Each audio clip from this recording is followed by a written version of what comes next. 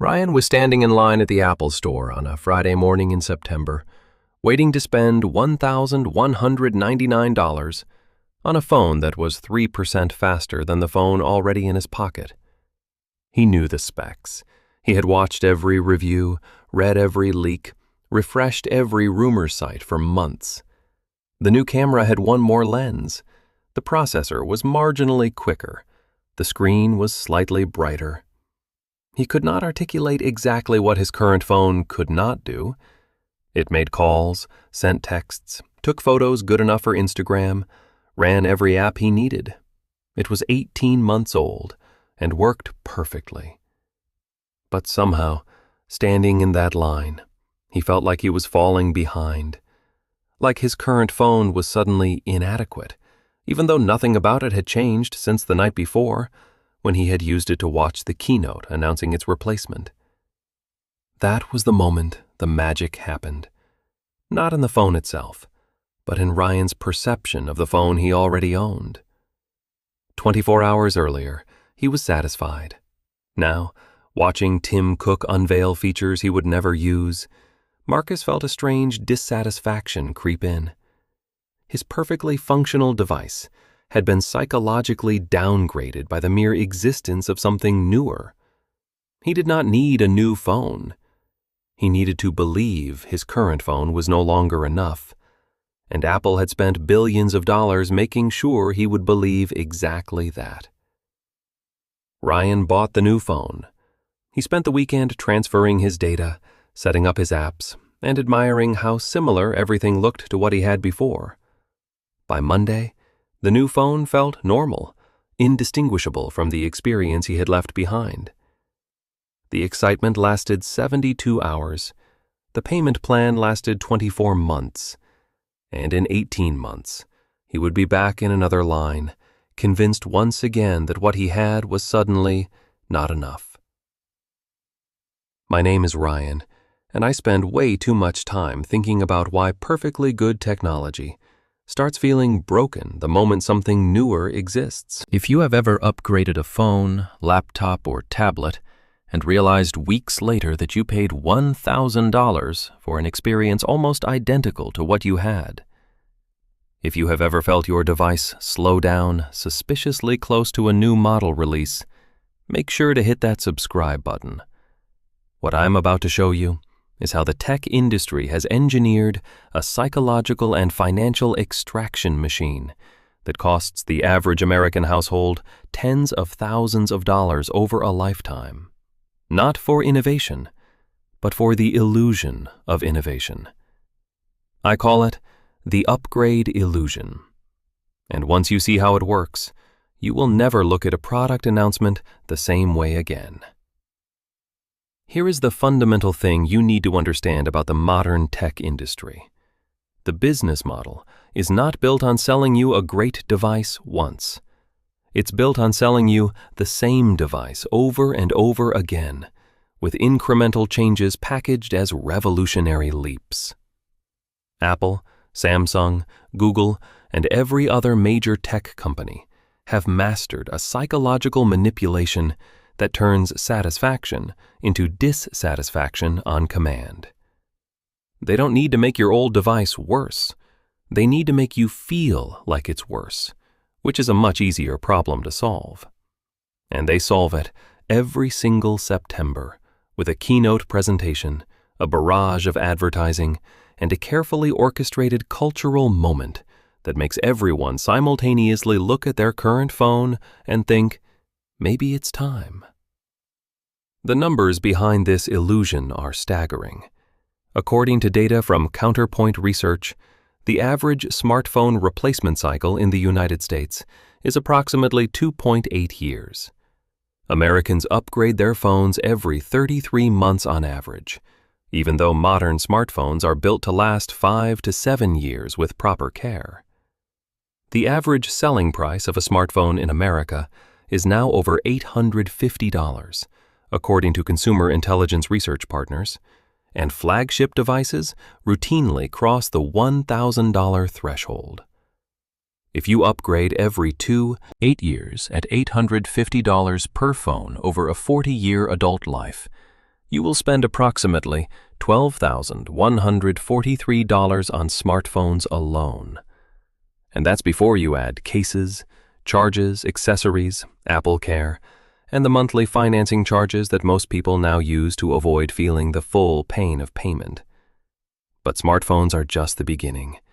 Add laptops replaced every 3 to 4 years at an average of $1,200 each. Add tablets at $600 every 4 years. Add smartwatches at $400 every 3 years. Add wireless earbuds at $200 every 2 years. Add smart home devices, streaming dongles, and the endless parade of gadgets that marketers convince you are essential until the next version makes them feel obsolete. A 2023 report from the Consumer Technology Association found that the average American household spends approximately $1,700 per year on consumer electronics. Over a 40-year adult life, that's $68,000. The price of a luxury car, a down payment on a house in most markets, or approximately $340,000 if invested in an index fund at 8% returns over the same period. You are not buying technology. You are buying scheduled dissatisfaction manufactured by companies who profit from making you feel perpetually behind. Let me show you exactly how the upgrade illusion works, because the machinery behind it is both elegant and ruthless. The first mechanism is planned obsolescence through software, the deliberate slowing of older devices through operating system updates designed for newer hardware. In 2017, Apple admitted to throttling the performance of older iPhones to compensate for aging batteries, a practice that resulted in a $500 million settlement and confirmed what users had suspected for years. Their phones were not imagining the slowdown that seemed to coincide with new model releases. But software obsolescence goes beyond throttling.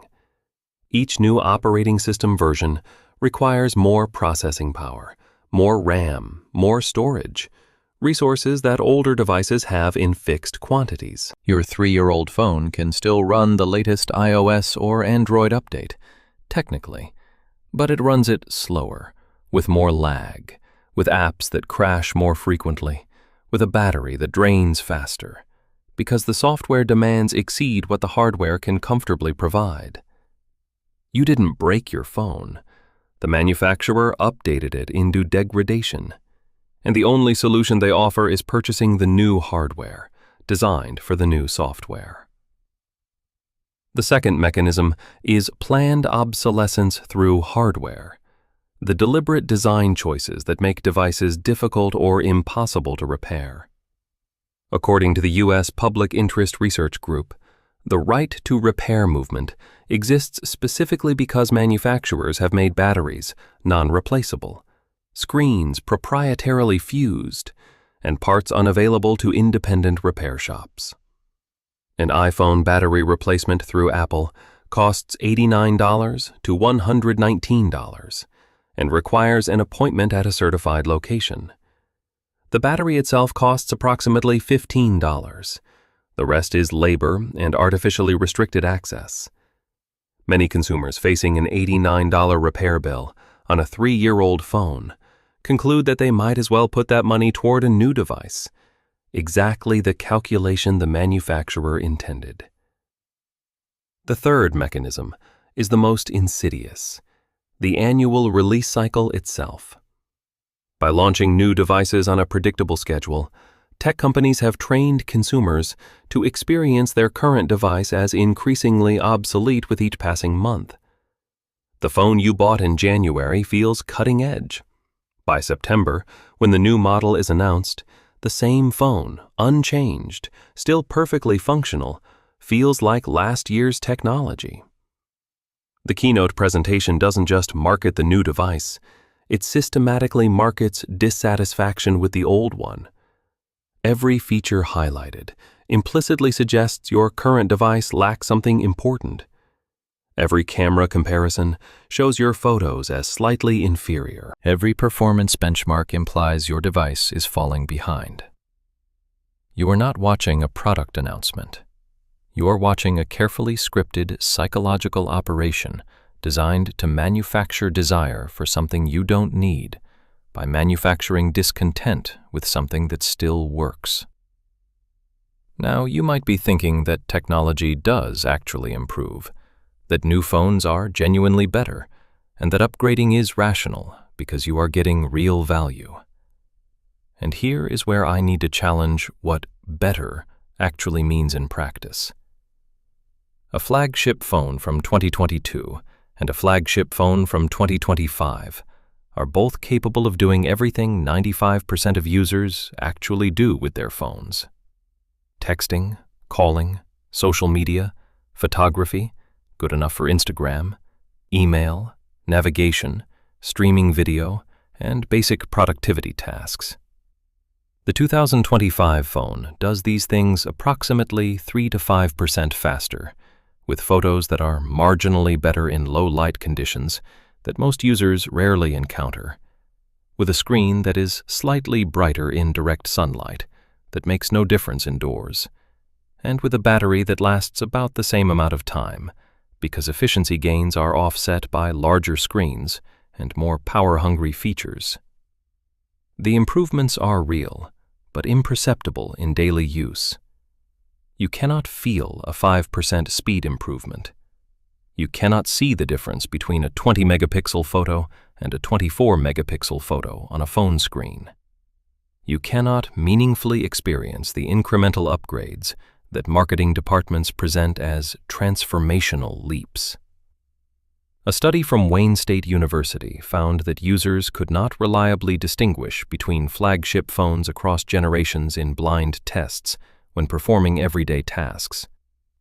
They could tell the difference in synthetic benchmarks, tests designed specifically to highlight performance gaps, but in actual usage scenarios, the phones felt functionally identical.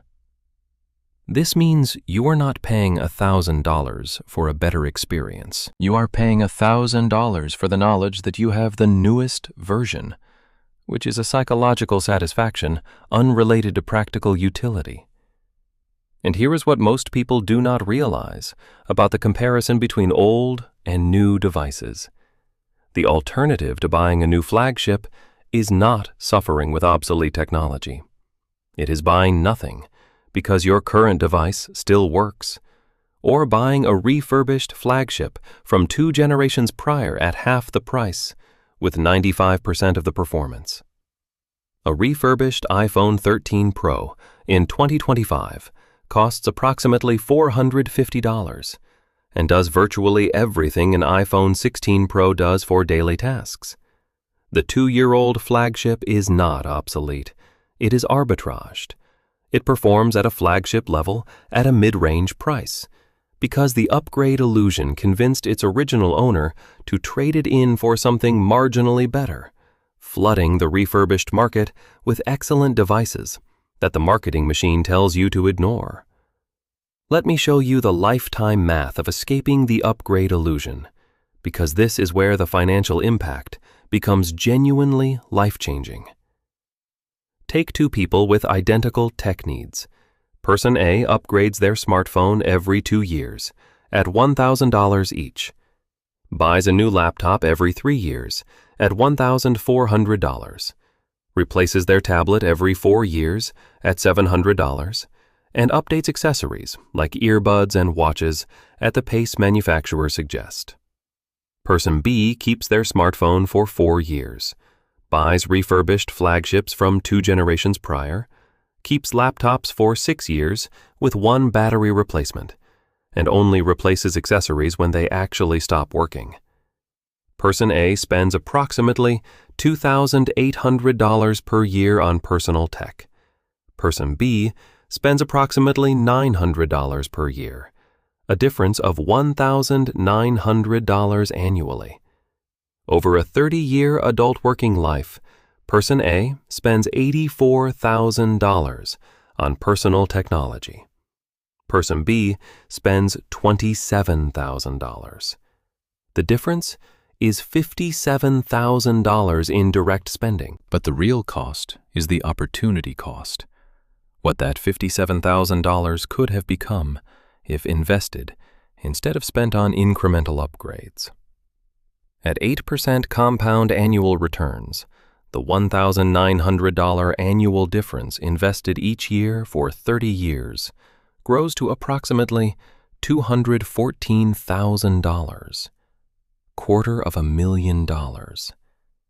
That is the true cost of the upgrade illusion, not the price of any single device, but the compounded lifetime extraction of wealth through manufactured dissatisfaction, upgrade after upgrade, year after year, while perfectly good technology collects dust in drawers or gets traded in for a fraction of its remaining useful life.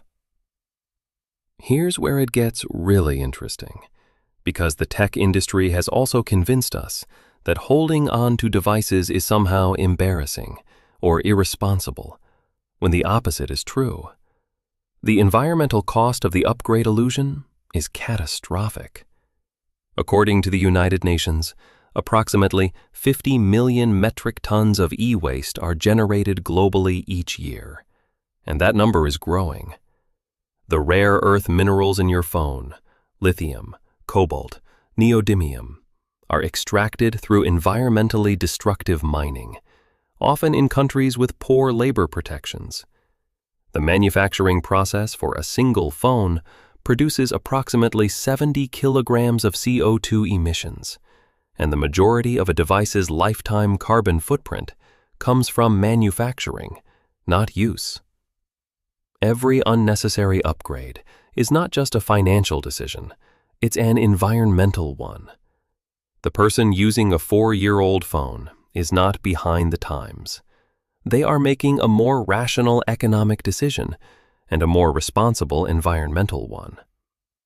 The social pressure to upgrade is manufactured, and it should be resisted, not just for financial reasons, but because the consumption pattern it drives is genuinely unsustainable. The marketing has convinced us that wanting the new thing is natural and inevitable, but the wanting is engineered. You did not wake up feeling dissatisfied with your phone. You watched a keynote or saw an advertisement or scrolled past a review that planted the dissatisfaction. The desire came from outside, not inside, and recognizing that is the first step to escaping the cycle. So, what do you actually do to escape the upgrade illusion? The first action is to define your actual use case and measure your current device against it, not against the theoretical maximum a new device could provide. Ask yourself, what do I actually do with my phone or laptop on a daily basis? Texting? Email? Social media? Photos? Streaming? If yes, your 2- or 3-year-old device handles all of those tasks adequately. You do not need more processing power for Instagram. You do not need a better camera for snapshots. The new features are designed to create demand, not serve existing needs.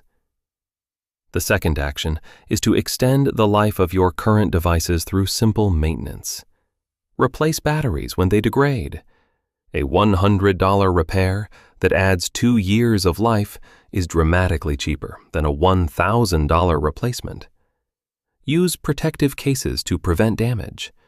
Delete unused apps and files to maintain performance. Factory reset devices that have become sluggish. Often the performance issues are software cruft, not hardware limitations. A 2022 survey by Assurian found that the average smartphone has 80 unused apps, consuming storage and processing resources. Cleaning up your device can restore performance you thought was gone. The third action is to buy refurbished when you do need to upgrade. Apple, Samsung, and third-party vendors like Gazelle and Black Market sell certified refurbished devices at 30 to 50% discounts, with warranties that cover defects. A 2-year-old refurbished flagship is virtually indistinguishable from a new mid-range device in daily use at a lower price with the same reliability. The stigma around refurbished goods is manufactured by companies who profit from selling new. The devices themselves are excellent. The fourth action is to set upgrade intervals that are based on actual need, not marketing cycles. A good smartphone should last 4 to 5 years. A good laptop should last 6 to 7 years. A good tablet should last 5 to 6 years. When the device literally cannot run the software you need, or the battery cannot hold a charge even after replacement, that's when you upgrade, not when a company tells you that something newer exists. Right now, you probably see yourself as someone who appreciates technology, who enjoys having capable devices, who stays reasonably current without being excessive. That identity feels balanced and rational. But there's another way to see it. Every upgrade cycle you participate in is a vote for a system designed to extract maximum revenue from manufactured dissatisfaction. Every time you trade in a working device because something newer exists, you are confirming that the psychological manipulation worked. The tech industry does not see you as a customer to serve. It sees you as a resource to harvest on a predictable schedule. And it has engineered an entire cultural apparatus, product announcements, influencer reviews, social media hype, trade-in programs, to ensure you show up every 2 to 3 years with $1,000 ready to exchange for an experience almost identical to what you already had. Ryan is not a cautious spender. He is the perfect customer. He waited in line to pay $1,199 for a 3% improvement he cannot perceive, and in 18 months he will do it again, never calculating the lifetime cost because the payments are spread across months and the dissatisfaction is manufactured fresh each September. The upgrade illusion works because it attacks your perception, not your device.